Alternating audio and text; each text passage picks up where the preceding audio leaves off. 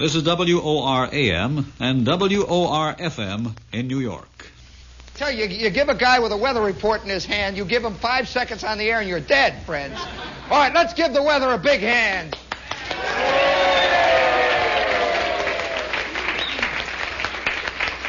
Hooray for weather. And now on that note, and once again, we've returned to action. Down here deep in the bowels of Greenwich Village. And you can take that any way you want to. Yes, Dave. Yeah, that reminds me of a terrible parable, but we'll save that till after the air show is over. But nevertheless, we're in Greenwich Village, and where are we, friends? Where? Where do they have the best hamburgers in the world? All right, what's the best joint you've ever been in your life? Are you glad you're here? Nothing like a free commercial. You realize you've all been patsies, don't you? Yes, we're down in the Greenwich Village sector known as Sheridan Square, just south of 14th Street, where the search for truth and beauty goes on ceaselessly, where life is lived to the fullest, where each one lives his little life like a burning flame of passion. At the sound of illy tuned Sears Roebuck guitars play out the obligato to the wailing cry of mankind spinning towards eternity. How'd you like that? Pretty good, huh? Yes, it describes our life. This is the way it is. Oh, speaking of the way it is, since this is next week, National Barbecue Week, National Togetherness Week, and this is a program for those that think young, and for the sociables who drink the right pop, we might as well start stripping it down to its basics tonight. And I think the only way to do that is to tell a story about the Army and about that strange, free-floating fear that men feel when they're confronted with what appears to be the innocent. Why do you think that everybody in that bus was scared out of his skull? Because we live in a society where we believe that all young girls are beautiful. We really do. This is a young girl society in America. Oh, yeah. We lay wreaths at the feet of the young chicks in this country. And so when one comes aboard the ship who's tattooed, who carries with her a newspaper, says, "Axe murderer slays 9 in bathtub," picture on page 7, and she bursts into maniacal laughter. There is a fear that just cannot be described that goes through everybody. Women and children, men, chicks, bus drivers, diesel engines, everything was scared. Because it goes against nature, or at least what we think nature is. And I suspect this is why the armed forces, the Army, the Navy, have given rise to the greatest literature that man knows. What do you think the Iliad's about? Those guys were not on picnics. What do you think Electra is about? All the great classical Greek drama has to do with the fantastic clash of those open passions. Well, one time, you know, we mostly think of fear coming from the fear of another man. I say we don't fear other men as much as we fear things which are not men. We know the other man. We know the evil that's in him, you see. And we can judge it.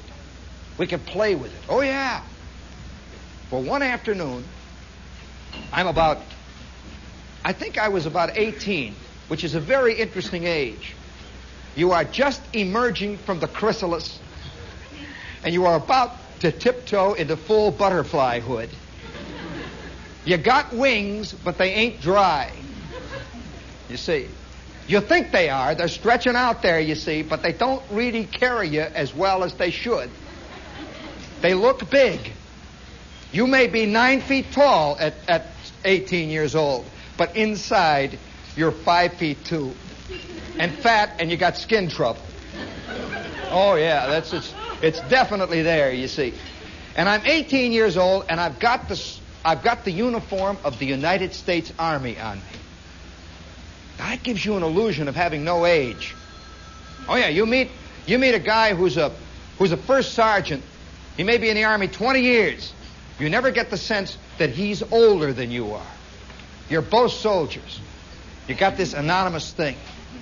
Especially when you've got things like webbing on you. Canteens. You know what I mean? Yeah. You get this great big gas mask hanging over here. You got a bayonet strapped onto you. You got a tin hat. And you're somehow able to hide that little 5'2" shrimp with skin trouble. That's way down and that wants to drink an Ovaltine. You know, you keep saying, I want a popsicle. When the whole gang is going into the Idle Hour beer hall, you know. They're all clomping in, you know, a bunch of 18-year-old guys. You keep saying, I want a popsicle. And the first guy in line says, bourbon! Double! What do you say? You don't say, I want a Coke. You know, with all your stuff clanking. And so you move through that world very tenuously. When you're down at the PX, you pretend, you know. You say, oh, boy, you should have seen me Saturday night. Oh, boy, was I bombed out of my skull. Oh. Saturday night at the USO, you know. That's where you spent it, cadging donuts and sort of apologizing. And so you move through this life very carefully. In civilian life, you know, you can pretend the minute you get home that you're whatever you really are. How many guys, the minute they get home from the office, get out to Darien, take off their shoes, put on their sandals, become 8 years old? They sit there, suck their thumb, they watch an old Lucy rerun, you know, drinking beer. Oh, you see those guys at the office, great big suits, and they walk around. They have gray in the hair, you know, and smoke big cigars. They call their subordinate son. Get them out on that boat. You see them with the Bermuda shorts, and they're sitting there with the tennis shoes, you know, little guys. They become 8. Well, in the Army, you can't, you see. You can't come back to the barracks from the rifle range, you know, and put on your little T-shirt that says Captain Marvel. You know, you just can't do that. It's a very different scene. So the guys are always held in and they're suppressed, you know, and the fears that they feel are fears which they can't really put into words. You can't. The real fears are not the obvious ones that guys make movies about, like fighting the Germans. You know that all the years I'm in the Army, I never hear anybody saying, "Oh boy, am I scared when we get up there? Oh man." It just isn't there. They don't talk because that's so abstract. Let me tell you what they are scared of. You really want to know? I'll tell you.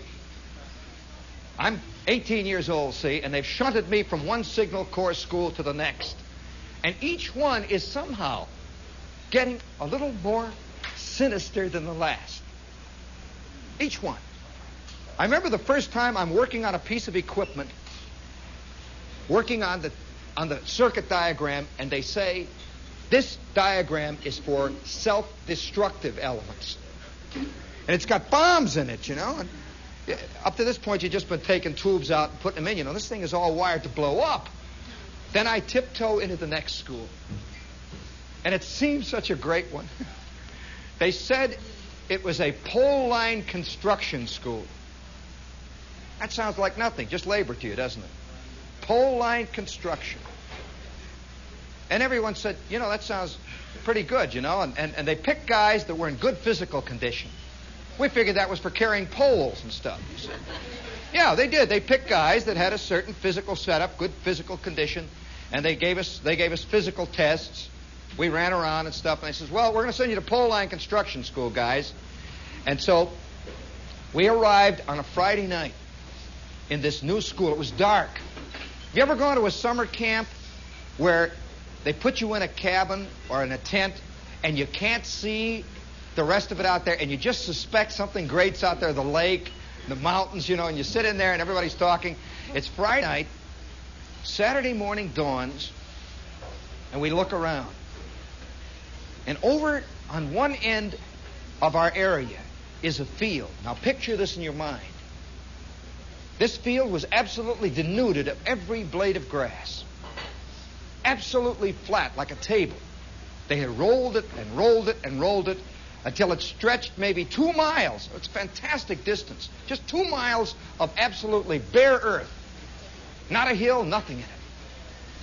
But on that bare earth was a solid porcupine, a fur of telephone poles. Bare telephone poles sticking up like some insane, surrealistic forest that everyone has stripped the leaves from. Looked like skeletons. Just these white poles of all different heights, like a gigantic graveyard, stretching out and out and out and reaching up and up. And there were little poles and big poles. Now you look at me and you say, well, what's scary about that? That's exactly my reaction the first morning. It looked like fun, kind of like gym. And so Sunday passed peacefully. And now Monday morning arrived. The whistles blow. And you know that first day in school, that little tremulous feeling you have, you don't know what's going to happen. You look around, you know, you sort of stand there and you try to be on your best behavior. You don't know about this first sergeant. You don't know about this duty corporal, nothing. You know, you're going to play it real cool. You're going to watch and see what happens. That's the big thing in the Army, that you learn. Watch and see. Wait, watch. Keep watching. Keep your eyes open. So we're all standing there, and the eyes are shifting back and forth. And this guy is walking up and down in front of us. You men are here to learn pole line construction. Any of you guys done any climbing? You ain't done any climbing, any of you? Well, you know, all of us have climbed trees. You know, we've all climbed little things, and so, you know, everybody says, well, yeah, you know. No, I mean any real climbing. Nothing. We're all standing. Nobody volunteers. They just watch. You're going to be in charge of Corporal Abernathy, who's going to teach you how to climb long lines construction poles. It ain't easy. And some of you guys aren't coming back. Coming back from what? He means from that field. He doesn't mean the Germans. Corporal Abernathy, take over. And here comes this angry little man built like a bowling pin. And he clanks when he walks. He's got climbers on, you know. He's got these little iron things with the spikes. He's got a big wide belt around him it's got pliers, hammers. It's got big wire cutters. It's got big leather gloves attached to it.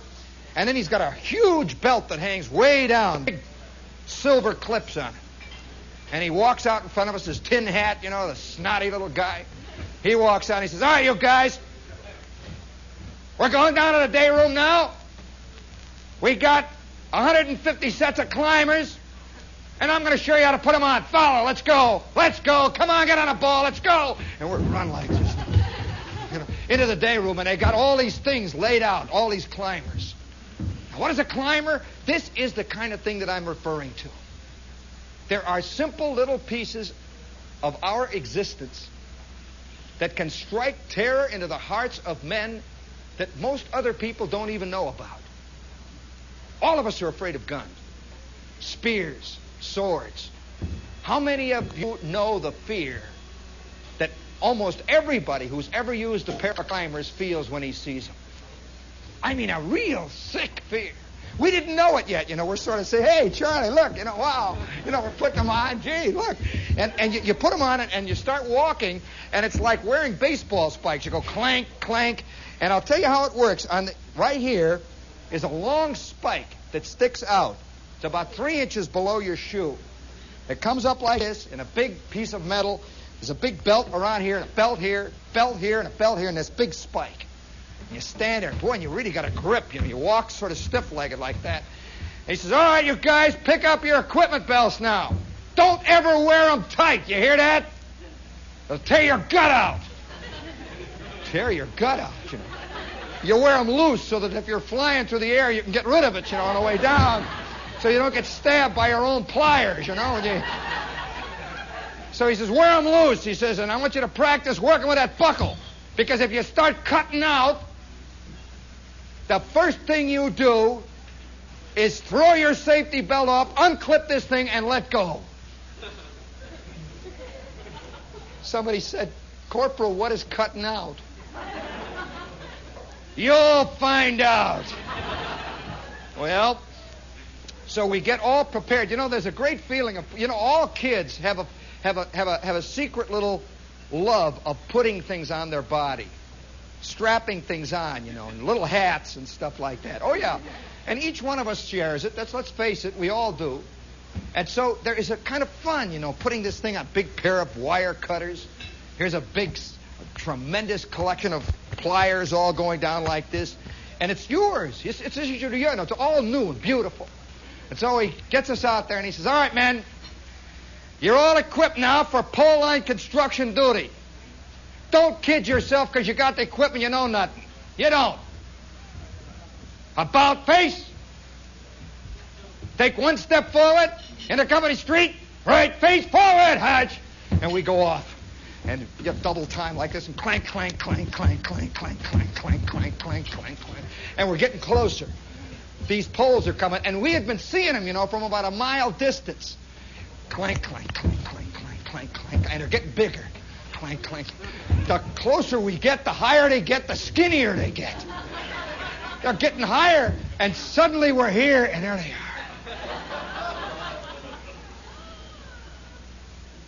And we stand. All right, now, men, I will demonstrate how you take your first hitch on a pole.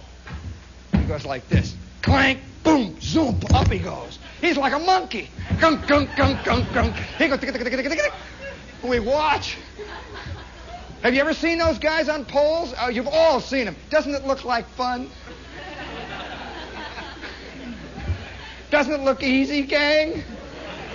Well, I'll tell you. He says, all right, now, watch this. He's up there on the pole. We're all watching him. Keep your knees stiff. Swing out.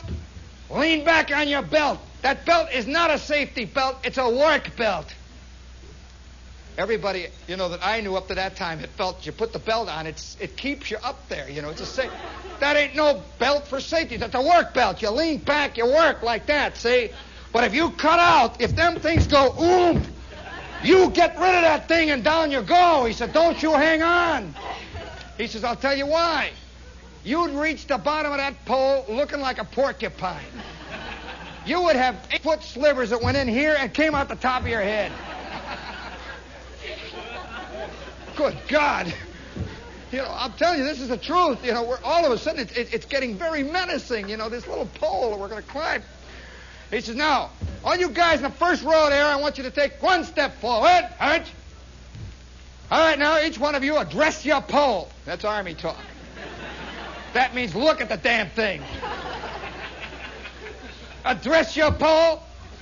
And upon command, I want all of you to take your right foot, raise it above the left, so plant it in, take a short hitch, up, and then up, up, up, 1, 2, 3, and stop at the third one. So everybody's standing. Wait, guess who's fourth from the end? And there's that telephone pole. Up to this time, telephone poles have been just little things you carve stuff on, you know. Or you spit on, or you throw rocks at, you know. All of a sudden, this thing is leering at you, just leering at me. And you can smell the creosote. And you can see where millions of other guys have climbed up those holes. They've gone up, and the pole looks as rotten as cheesecake. This has been climbed on since the first German went into Poland. 10 million Signal Corps soldiers have climbed to the top of these things and have seen and looked at the bull right over his horns and have climbed down. And now here I am. I stand there. He says, right foot into the pole, hip. And I'm hanging there, you know, and all of a sudden ankles, boy, I'll tell you, you discover you got ankles of pure spaghetti, you know. I'm hanging like this, and I'm only 3 inches from the ground, you know, like this. Everyone's hanging. He says, all right, left foot up, hump, up, up. I'm hanging like this, you're hanging. He says, all right, now. And everybody's teetering. And that pole is going up. And here we're 3 feet from the ground, and that pole goes all the way up into heaven somewhere. He said, hold on now. All right, now. The easy part is getting up. You know, you never think of coming down. That always seems so easy. He says, all right, now, raise your foot straight up. Do not bend your ankle. With that, I go, whoa! 8 guys out of 10 go down on their things, you know, and they're lay there. And he says, all right, man, get up, you slobs, get up. Do you realize that if you 8 had done that another 3 feet higher, we'd have the ambulance here? Yes, I know. Well, this continued for the first morning. And as it continued, the fear built in. At the same time, a peculiar kind of pride builds up. It must be the same thing with guys that walk tight ropes. You're scared, but you're glad you can do it. And so we began to climb higher and higher, until by the end of the second day, we are climbing 30-foot poles. Now, a 30-foot pole seems, 30 feet seems a little bit to you, but that's almost 3 stories. Now, can you imagine yourself hanging at the top of a tiny toothpick, 3 stories up, just hanging there, see, and with the stories ringing in your ears of cutting out, and the wind is blowing back and forth, back and forth. He said, look, we are going to work on the 30-foot poles for 2 straight days. Then we're going to climb. Then we're going to climb. You know, we figured, let's stop here. We're pretty good now, This is good here. The 4th day, we arrive at what they call the major pole area. These poles range from 45 feet to 96 feet in height. All right? Have you ever seen he knows what I'm talking about. Have you ever seen a 96-foot high pole? Oh, my God. They're made out of wood, the same kind of wood. They're not much thicker than the others. It's like climbing up a string. Almost 10 stories. Well, on the 5th day, we're beginning to develop this thing inside of us. We hated to get out there. You know that terrible fear that you have of failure? You want to stay in bed? Well, by, I'd say, roughly Thursday, it was almost impossible to get us up. We all pretended we were tired. But every day, we'd get these things on and start putting them on, and we'd start, because you knew it had to happen. You just knew something had to happen. We're now working on the 60-footers. 60 feet is roughly 5 stories or a little above.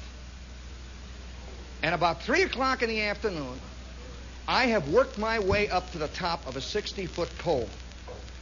And I'm looking down. By the way, that was one of the great commandants. Don't look down. You nuts. You need to stand on. Quit looking down, gasser. Come on. And, of course, then immediately you look up. Have you ever looked up from 90 stories? Boy, those clouds are going and everything. A bird goes past you and he's under you, You're hanging up on this thing, you see, and you just keep saying to yourself, don't look down, don't look down, don't look down. You're 60 feet up and the wind goes whoo.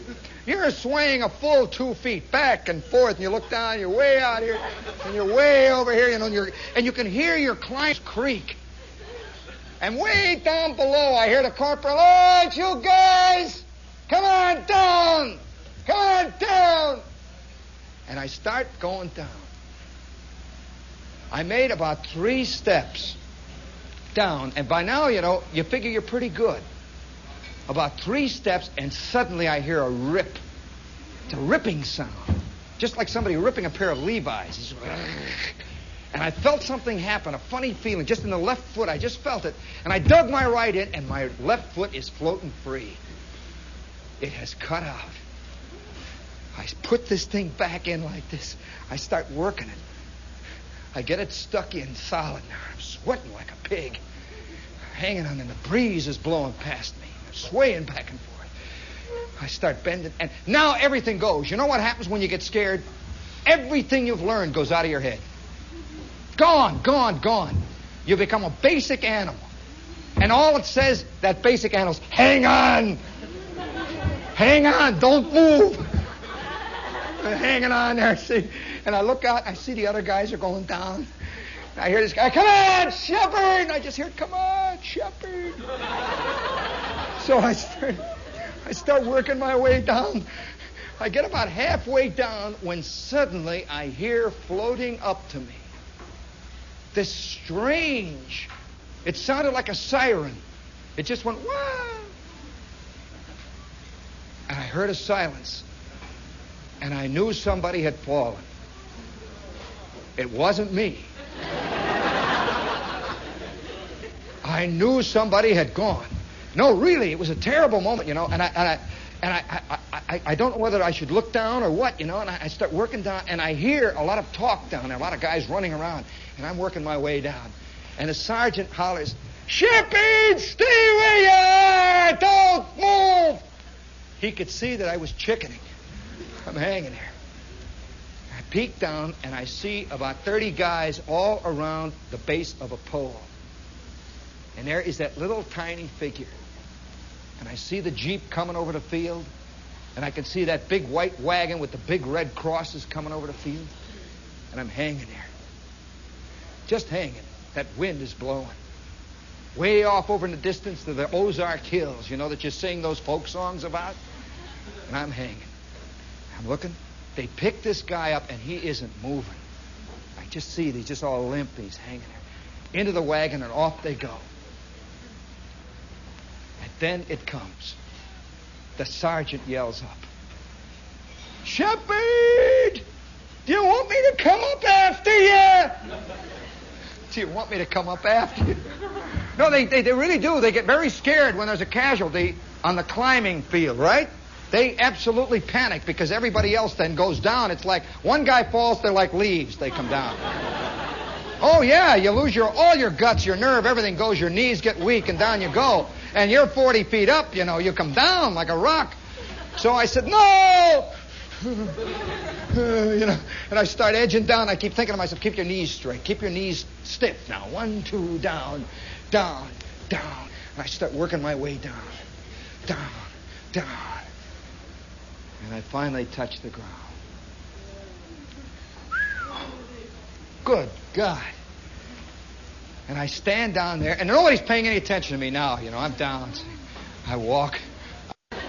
I go walking over to the rest of the guys, and they're sort of talking around, you know, well, let's go. You know, taking a 10-minute break. And they do not allow, as you know in the Army, they do not allow you to dwell on the last crash. So everybody finishes his cigarette, and he says, all right now, address your pole. We are carrying aloft cross trees. Pick up your cross tree. You all know how to mount cross trees? We've been practicing. The cross tree is the thing that goes over. This is the first time we have ever done it on the top of a high pole.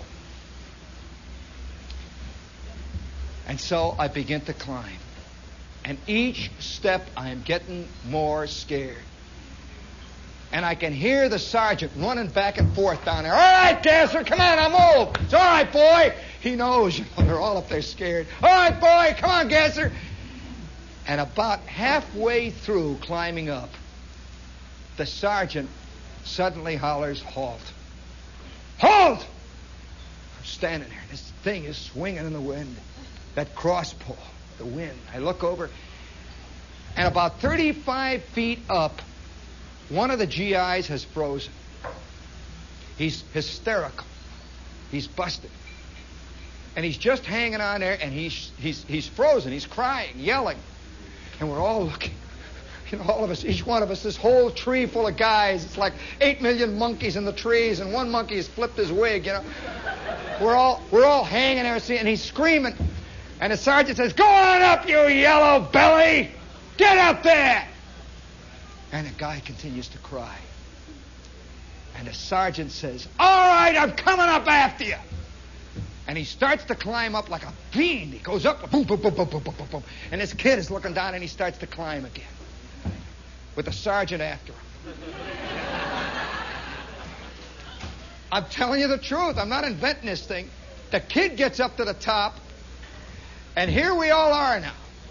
120 guys with cross poles at the top of enormous telephone poles 60 feet in the air. And the sergeant goes back down and he says, all right now, attach those poles. I want you to have them attached in 45 seconds. I'm timing you. When I give the go, go. Go! And we start sweating up there, spunk with the bolt through there, Ooh, taking your big bolt out. Oh, it's terrible when you have to let go, You got to let go to get the stuff out. Ooh, you're holding on. You're putting this thing on, and the wind is turning these cross poles. It's like a big airplane in the wind, 60 feet up. Oh, it's tight. Oh, my God, it's tight. It's tight. And I start climbing down. I'm about 30 feet on the way down now, and I feel like I've made it. I'm in. I'm a pole line man. And I start climbing down, and I'm about halfway down the pole. And I look over at Gasser, who's 2 poles away, my old buddy. I say, come on, Gasser. And suddenly, oof! I am in midair. I'm telling you the true story. I am in midair. And that instinct went just like a clock. It says, detach that belt quick, man. And I hit it and going. It says, kick away from the pole. And I am going down. And the next thing I know, I am in the clinic. It is 10 days later. And I see above me these poles and all these little pulleys, these winches. I'm laying there. And it just like somebody turned the light on. It was just now all of a sudden light. I didn't come out gradually. I just came out. I'm still on a pole. I didn't feel a thing. The girl comes over, this second lieutenant, this nurse. She looks down at me. She says, how are you, Mac? It's the Army, How are you, Mac? And I said, okay. What happened? She said, you'll be all right. She walks away. And I could see out the window, way off in the distance, the tops of the poles. Just out there in the distance. And about 10 minutes after I came to, I could hear them coming down the ward. I could hear my buddies. Gasser coming. Gasser's coming. How are you, Shep? How are you, Shep? Behind me is the sergeant now, suddenly looking down at me. He says, how are you, Shepard? Keep your knees tight. The sergeant, you keep your knees tight. Did you? Speaking of tight knees, what radio station is this, man? AM and FM, New York. And now let's give the sales department its rotten pound of flesh. We'll be back in 1 minute.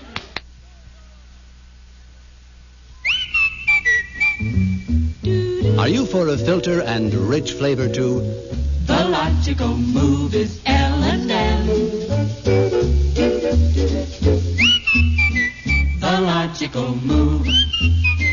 The logical move is L&M. The rich flavor cigarette with a modern all-white filter. The logical move. The logical move is L&M. Are you for a filter? L&M has a modern, all-white filter. Pure white, both inside and outside. And you get the good taste of L&M's rich flavor leaf. The good taste of soft-natured, longer-age tobaccos. So if you're for a filter and rich flavor too... The logical move.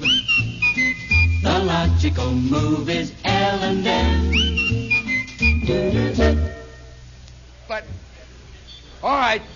We're back at the limelight here in the heart of Greenwich Village. And if you're looking for a place to buy a hamburger and sit around for an hour or so tonight, how late will we be open? 3 o'clock in the morning. If you're really decadent, we're here. But fear is a funny thing. Uh-oh, no, that's the wrong one.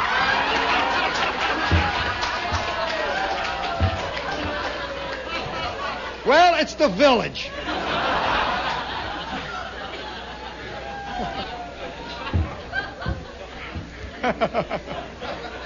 Talk about a sight gag. Wow. These poor guys are going to talk about this the rest of their lives. And when you hear me tell a story, you always feel, he's made it up. Believe me, 5 years from now, these guys are going to tell a story about how in the middle of a nightclub show, in front of everybody, they went in the ladies' room. And everyone's going to say, oh, Charlie, what a bunch of bull, for God's sakes, you know. There they are, you know. If you think their faces are red, you ought to see the bottoms of their feet all the way down. Well, you know, I'll tell you, I'm really constantly interested, fascinated, bewildered, perplexed, and whatnot about what we are. No, seriously, I mean what we are. And this idea of the free-floating fear is something that I think bears very heavily on us. Now, we're all people here. We all have certain things in common. I trust we're all human beings. We all know about death. We all know about birth. We know how it feels to breathe. Yeah, we're all human beings walking around. And yet there are some things that are inside of us that none of us ever talk about. And that is, at least one of them, is this maniacal urge to do away with yourself. It's there, you know. It is there. And you can see it on all sides. And I remember the first time I really discovered this as a kid. I am deeply involved in reading G8 and his battle aces. I'm reading stories about, these are stories about flying. They used to do terrific stories on flying. This was like Western of its day. G8 and his battle aces, Lone Eagle, Daredevil aces. And airplanes were always something that were kind of abstract. Even to us that ride in them today, an airplane really isn't an airplane. It's like a big machine, like an extension of your living room. If you ever thought it was an airplane, I think you'd turn green, you know. I mean, a real airplane with a big wings flying out 8 million feet above the ground, you know, just barely hanging up there. It would scare the daylights out of you. Well, I'm reading these magazines, and I want to see airplanes. Well, I was 10 years old. My old man came home, and he said, tomorrow's your birthday. And he said, I'm going to take you to the air races. Have you ever been to an air race? Very few people today alive remember air races. For some reason or other, this has been erased from our consciousness. You know, William Faulkner wrote a great book about it called Pylon. Well, the air race was not flying from Los Angeles to California. And of course, I'm a kid. I say, yeah, Dad, let's go. Wow, you know, and I think in terms of people getting into airplanes and sort of flying around. I'd heard about air races. Now, wait a minute. Hey, what's going on here? Let's give it easy there. Easy, man. So I can't figure out what this, you know, air race, it's just airplanes. It's exciting. Well, outside of Chicago, the day that the air race started, had this great field with a set of stands, just like you see at a ball game. Now, picture this in your mind. These are airplanes. Airplanes. Not motorcycles. Not cars. Not horses. Airplanes. And they have these stands, and there in the foreground is a kind of track. And at the end of the field, and that field didn't look any longer than maybe 2 football fields put together, there are 2 pylons sticking up. Just little, maybe 50 feet in the air, 2 little towers. And down on the field were maybe 75 tiny airplanes. Now, these airplanes were just motors with wings. Little angry-looking things. They look like bees or something. And here down on the field are the pilots. I think every one of us feels secretly a kind of sense of awe at a pilot. Even a private pilot. He's doing something unnatural. He's got some kind of magic. He does something against nature. He hovers above the earth. No wonder we have father figures. In fact, I suspect that this is going to help Goldwater. Being a pilot, sure. He's magic. Don't laugh. He's magic. Oh, yeah. Wait till Goldwater flies from coast to coast in a jet plane, spelling out, vote for me. I'll tell you, it's going to make a difference. I mean it. You see that thing 30,000 feet, that's magic. It really is magic. And so we're all sitting there waiting. And down on the field, these guys are warming up their airplanes. Remember this. These are men like you and me. They know about death. They know about birth. They apparently like the trees and the sun. They apparently like the beach on Sunday afternoons. They like to smell the flowers and watch the sun come up and down. These are all things that all of us do. And I go in there, it's my 10th birthday gift. It's the wildest birthday gift I ever got in my life. Go to the air races. And of course, this is any dad that takes his son to the air races or to the motorcycle races or to the fist fights is automatically really in like Flynn. My old man is sitting there. He's telling me, oh, yeah, he says, I used to go flying when I was a kid. That old junk. And he's talking about flying. And I'm sitting there watching down there. And they're working on the planes. And it's building up. And suddenly one of them takes off. They don't even have racing aircraft today in our world. And I know a lot of guys, this is a thing that only existed in America because it's part of the maniacal American drive and urge towards violence. They didn't have this in Europe. No, air races of this type were not flown in Europe. They were never flown anywhere but here. They were flown outside of Cleveland. And so every man gets in his plane and he starts hopping over the ground. Now, don't think of Piper Cubs, please.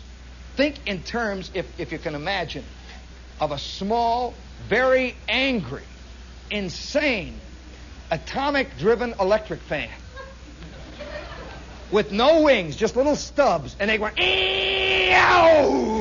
They leap off the ground, and they were racing planes, you see. They were built only for speed and maneuverability, not for landing. Not even for flying. They were just like if you get something wound up fast enough, it jumps off the ground, And they would go, and and they're flying right past us, right on the stand. Ew, ew, ew.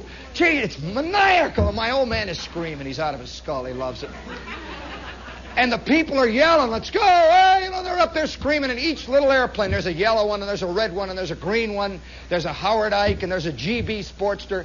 And each one was more maniacal and deadly and murderous than the last.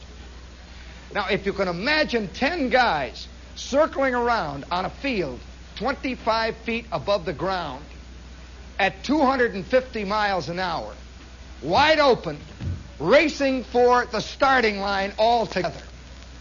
Can you imagine this? You're not over 150 feet from them. And these airplanes go, whoa, whoa, and they're off. Well, they hit the first corner, the pylon. They went screaming around this thing like an angry herd of bees. Whee! And suddenly one goes, whee! Boom, boom, boom, boom, boom, boom. It's gone. Do you think they stopped? As a matter of fact, they opened it up 2 notches wider. And they're screaming around this pylon, and my old man is yelling and hollering, and everybody is up screaming, and I'm up screaming, and they go whistling past again, one after the other, whistling past, until finally, out of the 10, there were 4 planes left. And the rest, they just didn't come down, to get gassed. I'll tell you, they weren't landing passengers at Toledo. You'd see, what you would see, all of a sudden you'd see one go, gung, gung, gung, gung, gung, boof. And then the guy would get out. And everyone would cheer, and then they'd say, and number 17, flown by Howard Wilson, went down on the 23rd lap. He looks like he's all right from here. Let's give Howard a big cheer. You know how they do those maniacal, insane races with the stock cars? Oh, we're living in a very easy age. And so I began to see that there's 2 things going inside of each one of us. The desire to see the birds, to see those trees, to smell the breeze, and to kill ourselves.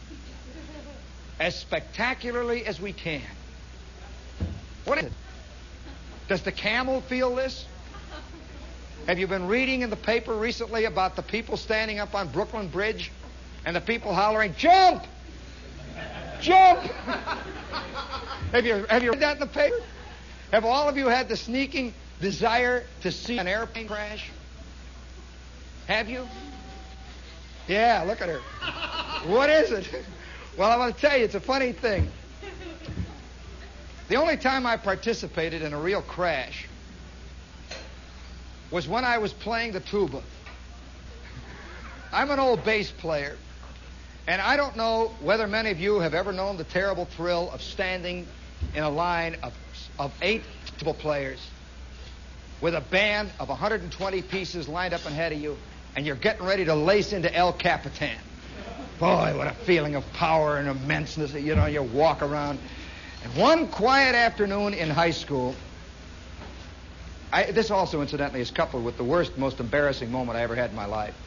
Terrible, embarrassing moment. You know, we all have moments. I'm just looking around, I wonder at each one of these people, things that happened to them that scared the daylights out of them and that they've been trying to forget ever since. Those rotten things that happen, just terrible thing, you know, like you're caught doing, oh boy, just strange stuff. Well, I'm pretty snotty, you know, at that age. I'm about 16, I'm in high school, and I'm playing the bass, you know, and I got a letter and all that stuff, and I play football. I'm kind of a snotty guy, you know, like all high school kids are. And I'm sitting in the back row. Hey, what's going on here? Shh, you're breaking in here. You just do it quietly, okay? So I'm sitting in the back row in a rehearsal in the auditorium. Now, have you ever rehearsed in a band in an auditorium? It booms and echoes. It's all high school there. Old speeches are still hanging in the curtains, you know. It's all sort of warm, and it was just about 2 days before graduation. And I'm sitting in the back up on a riser. The bass players all are 8 inches higher than the rest of the people. Sitting there. And old man Dirks is out in front, and Dirk says, all right now, says we're going to take it from C. Take it from C there. Let's hear the bass section. Let's hear the bass section. Okay, now, take it from C, fellas. And that lovely feeling, you know, of blowing a horn. And it's coming out, you know, and you're working the valves. And you're singing, you know. It's great. It's a feeling. You feel it vibrating. You feel the horn vibrate on your shoulders there. So we're playing away there. All right, now, he says, okay, now, let's take it from C all together now, all of you now. And I'm snotty. I'm just real snotty kid. And I'm leaning back on my seat like this with the front tilted up. My B-flat sousaphone stretching 8 stories above my head, 700 pounds of tin and brass metal, and here I am, 200 pounds of brass, you know. I'm sitting there like this, and I'm getting ready to start at number C, and Dirks raises his baton, holds it like that, and just as I go this way to go in, the kid next to me shifts forward, and I start backward. In my sousaphone, I'm tilting back. My God, ooh, and down I go, and I hear something rip. There's a giant, I have just fallen through the scenery for the senior play, which is tonight, which was stored behind me, and I went through this thing with a giant rip, and I'm behind the scenes now. And I hear Dirks back there, what happened, Shepard? What did you do? Ooh. We had a drama teacher and an art teacher named Miss Breyfogle that was made out of pure flame. She was the one lady in our high school that wore the big bangles, you know, and had the long neck and the dirndl, and she always dreamed that someday she'd go to the village, you know, and do Chekhov. And everybody in the school was scared to death of her. And I had torn a rip in with my sousaphone. Well, man, I'll tell you, man knows moments when he is above his equipment, when he's on top of his Ford. And then there are moments when the Ford is on top of you. And I got up with that sousaphone, and coming down the main aisle, Miss Breyfogle was already screaming. What happened? What happened? My scene, my scene. It was my first moment in the theater, by the way. And behind her was a group of screaming 17-year-old actors. I'd always thought they were just kind of sissies, you know. It's a different world, and they came down me like all of a sudden, there I am. I'm one with the airplanes flying. I'm getting ready to climb that pole at Camp Crowder. I'm getting ready to move out on the beach. I'm getting ready to face that big sign that says, toll ahead. Exact change lane, bear left. and knowing I don't have the exact change, and all those smart guys are bearing left, and I'm heading right towards that big toll gate with a $50 bill.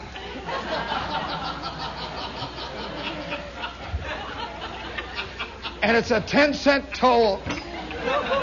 And there are 9 million cars behind me all lined up to Trenton.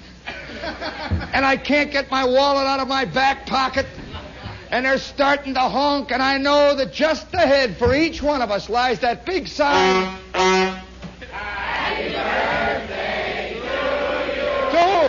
Happy birthday to you. It's my birthday.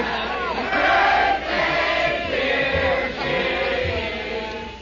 Happy birthday to you. Thank you. Thank you, Marty.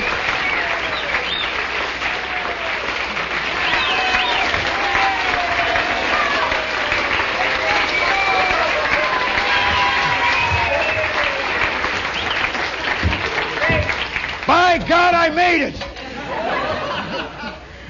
23 years old today. We're at the Limelight. We'll be back next week at 10:05. Thanks for coming, all of you.